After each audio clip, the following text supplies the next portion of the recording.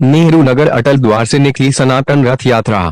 परशुराम जन्मोत्सव अक्षय तृतीया पर नेहरू नगर अटल द्वार इंदौर से संस्था कर्म अधीन द्वारा सनातन रथ यात्रा का आयोजन किया गया। संस्था कर्म अधीन के अध्यक्ष अभिषेक मिश्रा ने बताया कि देश में धर्म की उत्पत्ति और लोगों में सनातन भावना जागृत करने के लिए और सभी हिंदू साथियों को एक करने का उद्देश्य को लेकर यात्रा का आयोजन किया गया। यात्रा में परशुराम रथ, महाकाल रथ शामिल किया गया। रथ यात्रा नेहरू नगर जीण माता से पाटनीपुरा होते हुए वापस अटल द्वार पर पहुंची। यात्रा में मुख्य अतिथि के रूप में नेता प्रतिपक्ष चिंटू चौक से पार्षद राजू भदौरिया, पार्षद रुपेश देवलिया, भाजपा नेता पप्पू ठाकुर, अनूप शुक्ला, बादशाह मिमरोड, कमलेश पट्टेरिया एवं कई सनातनी शामिल हुए। कार्यक्रम संस्था कर्म अधीन पिछले 2 वर्षों से अयोध्या राम मंदिर निर्माण हुआ तब से कई कार्यक्रम आयोजित करते रहती है, जिसमें गरीबों को भोजन कराना, भजन संध्या व भंडारे के कार्यक्रम समय समय पर आयोजित किए जाते हैं। संस्था के अध्यक्ष अभिषेक मिश्रा व साथियों द्वारा इस कार्यक्रम का आयोजन किया गया था, जिसमें संस्था सदस्य पीयूष मालवीय, चेतन सेन, ऋषि राजपूत, दीपक कुशवाहा सहित संस्था के सभी सदस्य शामिल हुए। इंदौर से संदीप सोनी की रिपोर्ट।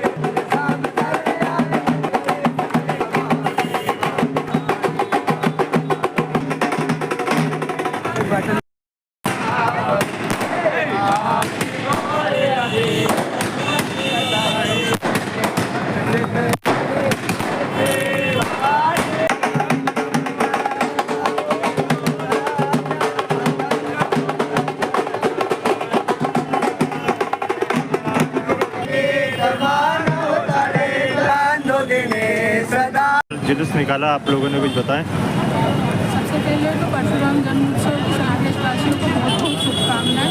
संस्था कर्म अधीन के माध्यम से अभिषेक मिश्रा जी, योगेश्वर महंत द्वारा आज जो ये सनातन रथ यात्रा निकली है, मैं सभी को बताना चाहती हूँ कि ये यात्रा निकलने का उद्देश्य ये था कि सिर्फ अयोध्या में ही राम आ जाने से ये देश में राम राज्य नहीं आ जाएगा। जब तक भारत देश में, हर देश में एक एक घर में जब तक भगवान नहीं ले रहेगा, तब तक राम राज्य नहीं आएगा। और हम सभी लोग चाहते हैं, सनातन देश धर्म चाहते हैं कि इस देश में सभी जितने भी लोग हैं, सनातन जितने भी हमारे हिंदू भाई हैं, सभी आए, मिले, एकजुट हो और इस देश को एक करें। नारी शक्ति के लिए क्या संदेश है? नारी शक्ति के लिए क्या संदेश है? नारी शक्ति के लिए यही कहना चाहती हूँ कि जहाँ चाह है वहाँ राह है। सिर्फ ये सोच लेना कि हम नारी है, ऐसा नहीं हो सकता है। नारी से हमेशा भारत देश में पुरुषों से हमेशा नारी आगे रही है, तो आप भी जागे उठे और बराबर कंधे से कंधा मिला के पुरुषों के चले। और धर्म जो हमें बनाना, उसमें नारी का विशेष योगदान है, क्योंकि जब तक नारी अपने घर में योगदान नहीं देती, तब तक कोई भी पुरुष अपना योगदान नहीं देगा। इसलिए आप अपने घर में अपने बच्चों को ये संस्कार दें, ताकि आने वाले समय में हमारा जो देश है वो सनातन धर्म में और इसी तरीके से धर्म के कार्य में आगे होता है। जय श्री आपका नाम बताएं। मैं साक्षी मिश्रा, संस्था कर्मधीन। परशुराम जी के जन्मोत्सव पर कुछ बताएं इसका। जय परशुराम। भगवान परशुराम जी के जन्म उत्सव के उपलक्ष्य में संस्था कर्मधीन के द्वारा इसके संयोजक ही जो अभिषेक मिश्रा के द्वारा हर वर्ष की तरह इस बार भी ये यात्रा निकाली गई है और धर्म का प्रचार के उद्देश्य से, सनातन धर्म के प्रचार के उद्देश्य से और सभी के जीवन में सुख शांति और समृद्धि का प्रचार हो और सभी के जीवन में सुख शांति समृद्धि आए और सदैव सब लोग खुश और सुखी रहें, इसी के उद्देश्य से इस यात्रा को निकाला गया है। सभी निरोगी रहें, भगवान सबकी उन्नति करे, इसी भावना के साथ में और इसी असफल भगवान जल्दी से जल्दी सबको अच्छा फल प्राप्त हो, इस उद्देश्य से इस यात्रा को निकाला गया है, जो कि नित्य हर वर्ष निकाली जाती है। उसी के उपलक्ष्य में इस बार फिर निकाली गई है। ये कौन सा वर्ष है आपका? ये इनका 5वां वर्ष जो है इस बार है कर्मधीन का। और हर बार जो यात्रा में सहयोगी है और जो यात्रा के समस्त धर्म प्रेमी जनता है जो बढ़ चढ़कर हिस्सा इस यात्रा में लेती है और यहाँ से अटल द्वार से शुरू करके यात्रा को पूरे पाटलिपुरा एरिया से घुमाते हुए यात्रा का समापन वापस अटल द्वार पर आरती करके किया जाता है और सभी इसका आनंद प्राप्त करते हैं। भगवान परशुराम जी की आरती के साथ में इसका समापन होता है। आपका नंबर? पिंटू मिश्रा, सचिव मध्य प्रदेश कांग्रेस कमेटी। किस टाइप से रूपरेखा थी इसकी, किसका क्या? जय श्री राम। मैं संस्था कर्मधीन से अभिषेक मिश्रा। इस प्रकार भगवान श्री राम मर्यादा पुरुषोत्तम पूरे विश्व में विख्यात है, उसी के आधार पर हमने आज परशुराम जी की यात्रा निकाली है। जैसे राम जी सभी के हैं वैसे परशुराम सभी के हैं। अक्षय तृतीया के इस अवसर पर भगवान परशुराम जी का जन्मोत्सव मनाया जाता है।